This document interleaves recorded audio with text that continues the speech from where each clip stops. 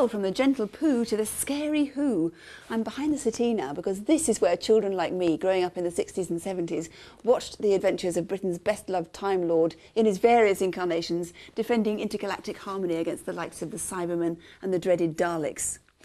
David Howe must have the best collection of Doctor Who memorabilia in the cosmos.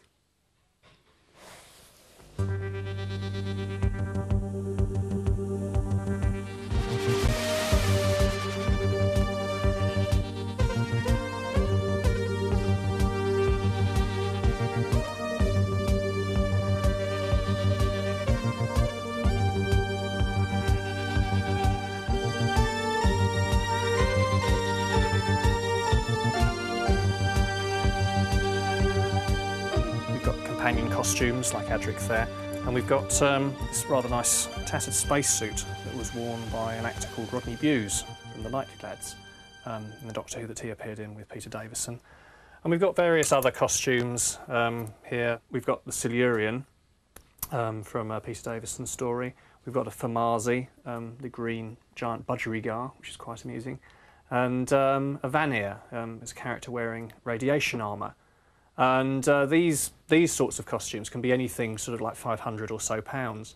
When you get up to talk about Daleks, a Dalek would cost you anything between sort of 6,000 and 10,000 pounds for a Dalek, and a Cyberman might be about 6,000 pounds in auction.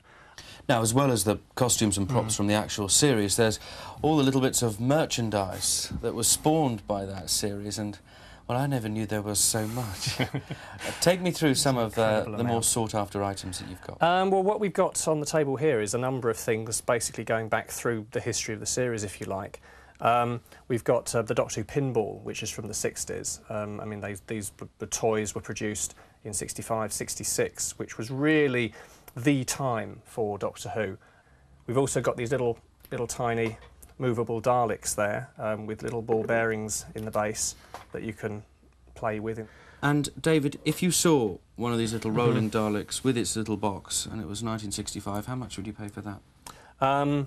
With the box, they're actually quite rare, and you're probably talking maybe 30 or 40 pounds. Something like this fella here, this is also a 1960s Dalek. This is one of the bigger versions, again with its box, in pretty mint condition.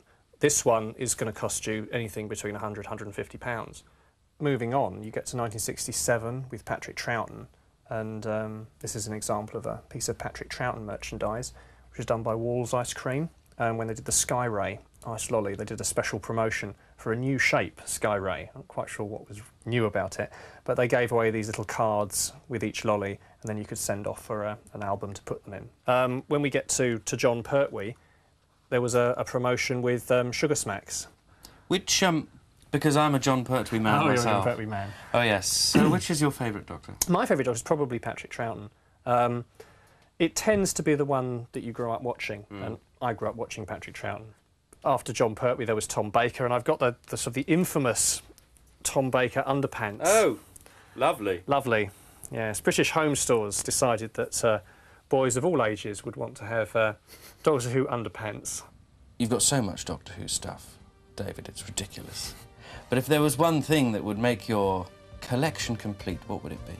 But because I collect so much, yeah, it's almost, you have to be happy with what you've managed to get, and not worry too much about what you don't have, because otherwise I think you go completely insane. You know, you spend your entire life running around chasing rainbows, if you like, that may not be there in the first place.